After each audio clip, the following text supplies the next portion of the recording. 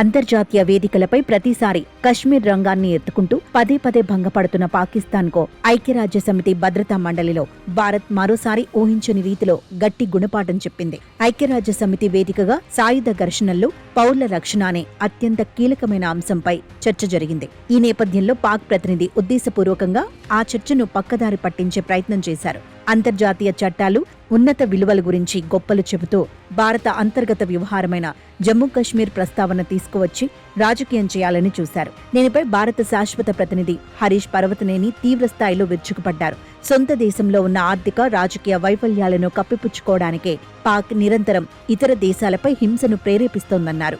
నరమేధం సృష్టించిన చరిత్ర ఉన్న దేశం పాకిస్తాన్ అని భారత్కు నీతులు చెప్పడం హాస్యాస్పదమని ప్రపంచ దేశాల ముందు కుండబద్దలు కొట్టారు. ఈ చర్చలో పాకిస్తాన్ అసలు సిసలైన ఉగ్రవాద ముఖాన్ని భారత్ ప్రపంచ దేశాల ముందు నగ్నంగా నిలబెట్టింది.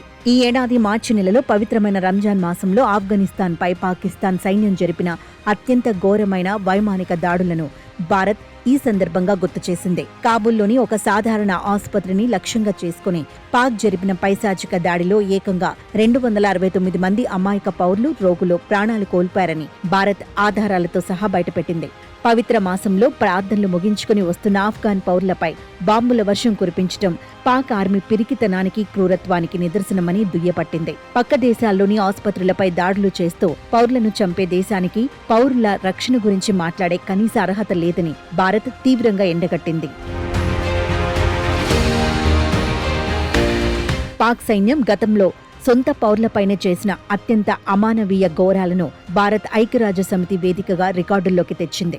1971 యుద్ధ సమయంలో అప్పటి తూర్పు పాకిస్తాన్, ప్రస్తుత బంగ్లాదేశ్లో ఆపరేషన్ సర్చ్ లైట్ పేరుతో పాక్ ఆర్మీ సొంత ప్రజలపైనే సాగించిన నరమేధాన్ని భారత్ ఎత్తి చూపింది. ఆనాడు లక్షలాది మంది సొంత పౌరులను నిర్దాక్షిణ్యంగా కాల్చి చంపడమే కాకుండా వేలాది మంది మహిళలపై పాక్ సైనికులు దారుణమైన అత్యాచారాలకు ఒడికట్టారని గుర్తు చేసింది. సొంత దేశ ప్రజలని బాంబులతో చంపి మానవ హక్కులను కాలరాసిన అపకీర్తి మూటకట్టుకున్న ఒక దేశం ఇవాళ అంతర్జాతీయ వేదికపై నిలబడి చట్టాల గురించి, శాంతి గురించి మాట్లాడటం ఈ శతాబ్దపు అతిపెద్ద విడ్డూరమని భారత్ ఎగతాళి చేసింది. భారత ప్రతినిధి హరీష్ పర్వతనేని తన ప్రసంగ ముగింపులో పాకిస్తాన్కు అత్యంత కఠినమైన హెచ్చరికలు జారీ చేశారు. జమ్మూ కశ్మీర్, లద్దాఖ్ ప్రాంతాలు ఎప్పటికీ భారతదేశంలో భాగాలుగానే ఉంటాయని, ఇందులో జోక్యం చేసుకునే హక్కు పాకిస్తాన్కు గాని మరే ఇతర దేశానికి గాని లేదని స్పష్టం చేశారు.